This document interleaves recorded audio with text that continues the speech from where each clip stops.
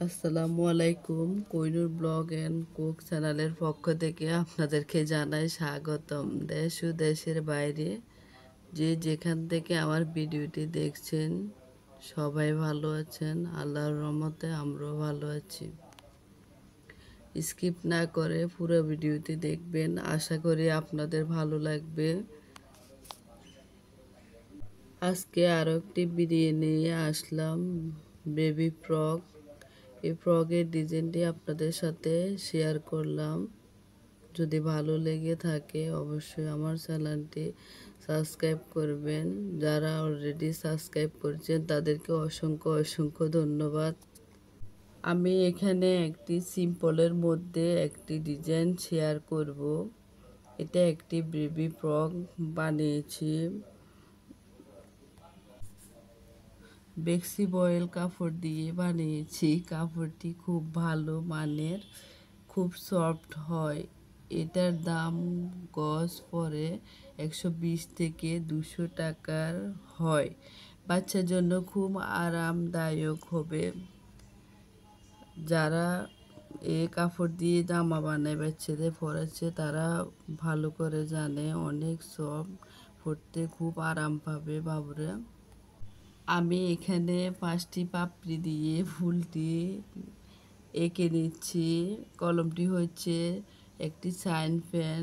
Drawing করার পর খুব সহজে দাগ উঠে যায়। এখানে আমি কিছু ডাল আর একটি পাতা দিয়ে নিলাম। ডাল ফালা এঁকে নিচ্ছি। পাতাগুলো আপনি ভরাট বা খেজুর পাতা সেলাই করে নিতে পারেন। এখানে বেশ কিছু পাতা ফুল এঁকে নিচ্ছি। নিচে আমি কিছু পাতা এঁকে নিচ্ছি। এভাবে আমি সম্পূর্ণ জামায় পাতা এঁকে নিচ্ছি। আপনারাও চাইলে এভাবে সহজে বাচ্চাদের জন্য ফ্রক বানিয়ে কাজগুলো করতে পারেন।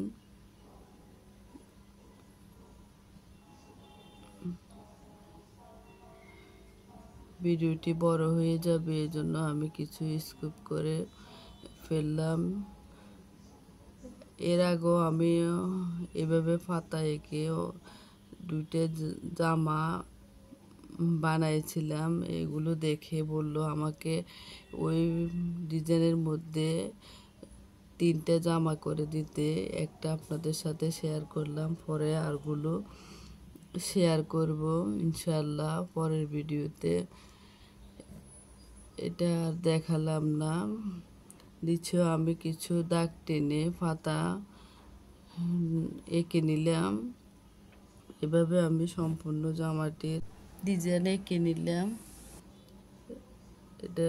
এটা সুতা দিয়ে কাজ করার পরে অনেক গর্জিয়াস হয়ে যায়, দেখতে অনেক সুন্দর লাগে। আপনারা চাইলে আমি সুতার কাজটাও শেয়ার করতে পারবো। আমাকে কমেন্ট বক্সে জানাবেন কে কে আমার সুতার কাজটা দেখতে চান। নিচেও আমি কিছু ছোট ছোট পাতা দিয়ে নিলাম, যাতে উপরে গর্জিয়াস কাজটা করলাম। নিচে আর কি কোনো ফুল বা গর্জিয়াস কাজ করলাম না। এভাবে আমি জামাটার সম্পূর্ণ কাজটা করলাম। কেমন হয়েছে আপনারা জানাবেন। ভুল হলে ক্ষমা দৃষ্টি দেখবেন। আসসালাম।